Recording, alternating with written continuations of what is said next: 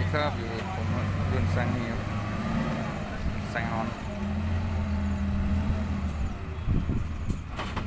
โอ้โห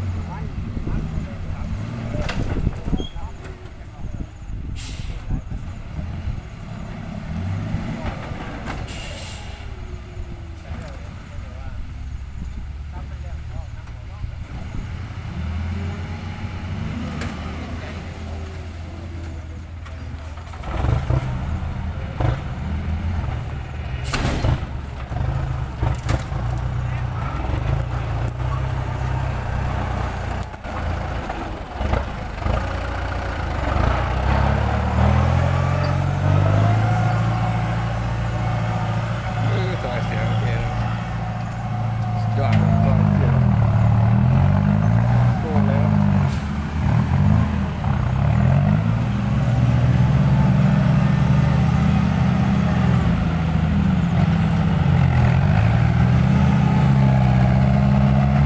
มาดูว่าไฟเตอร์มาแล้วครับไฟเตอร์นี่ครับ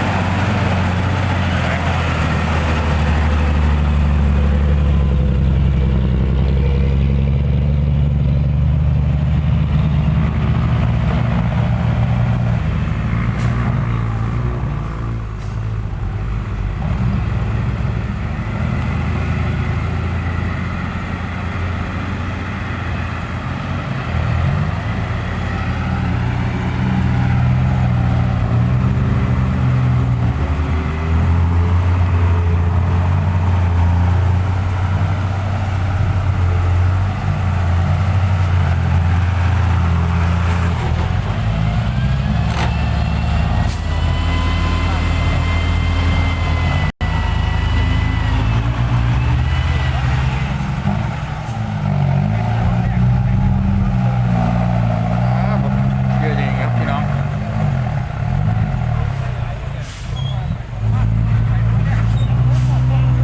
โอ้โหรถกี่คันแรง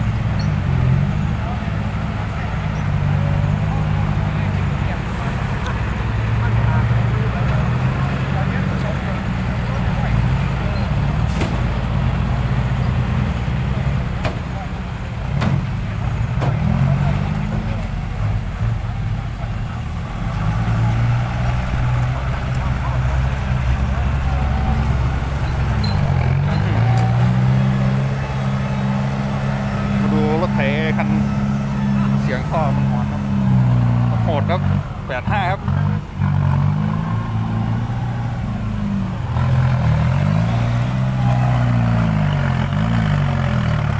หมดแล้วครับ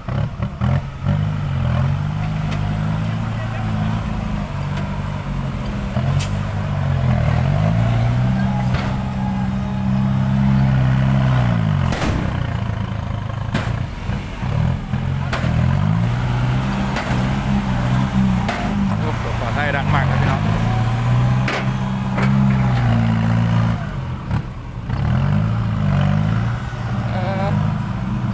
นี่เลย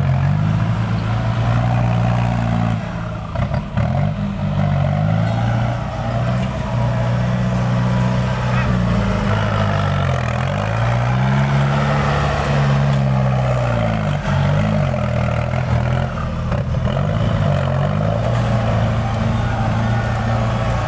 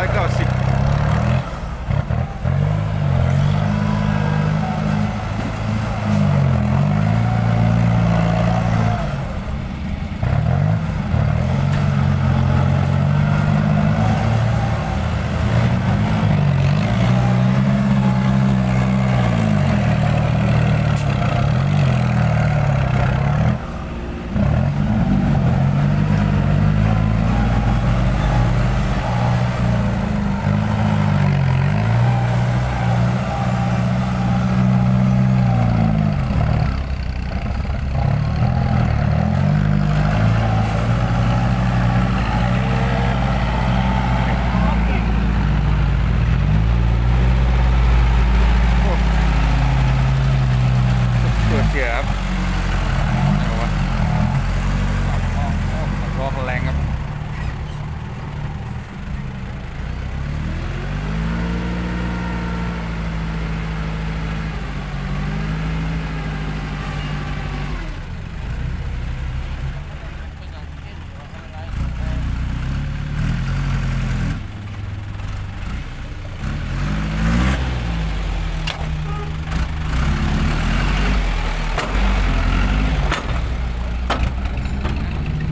มาแล้วหลงเคโบ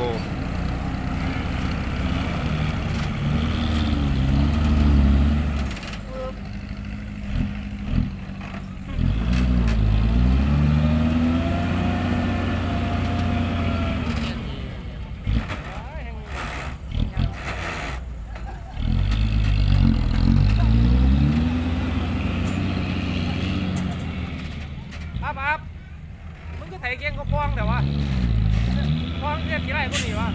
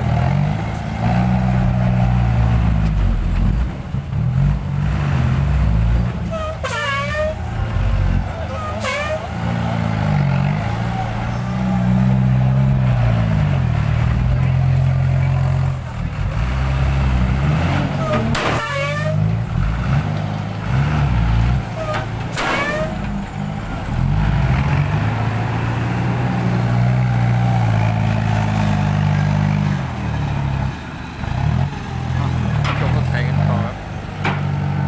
แรง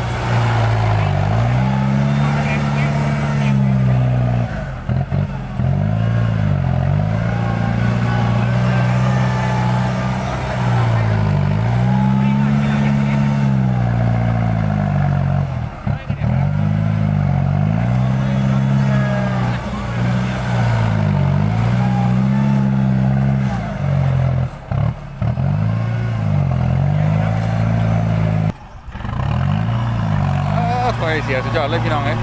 คนละแอนอย่างหมดครับพี่น้อง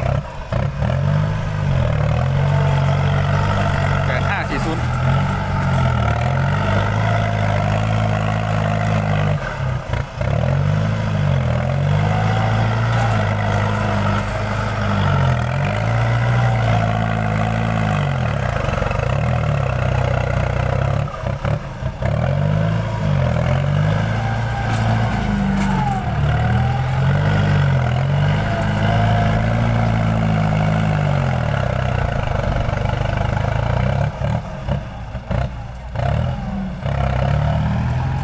คลิปนี้ก็จบอย่างนี้นะครับผมขอบคุณมากครับสำหรับการติดตามรับชมฝากกดไลค์กดแชร์กดติดตามด้วยนะครับสวัสดีครับ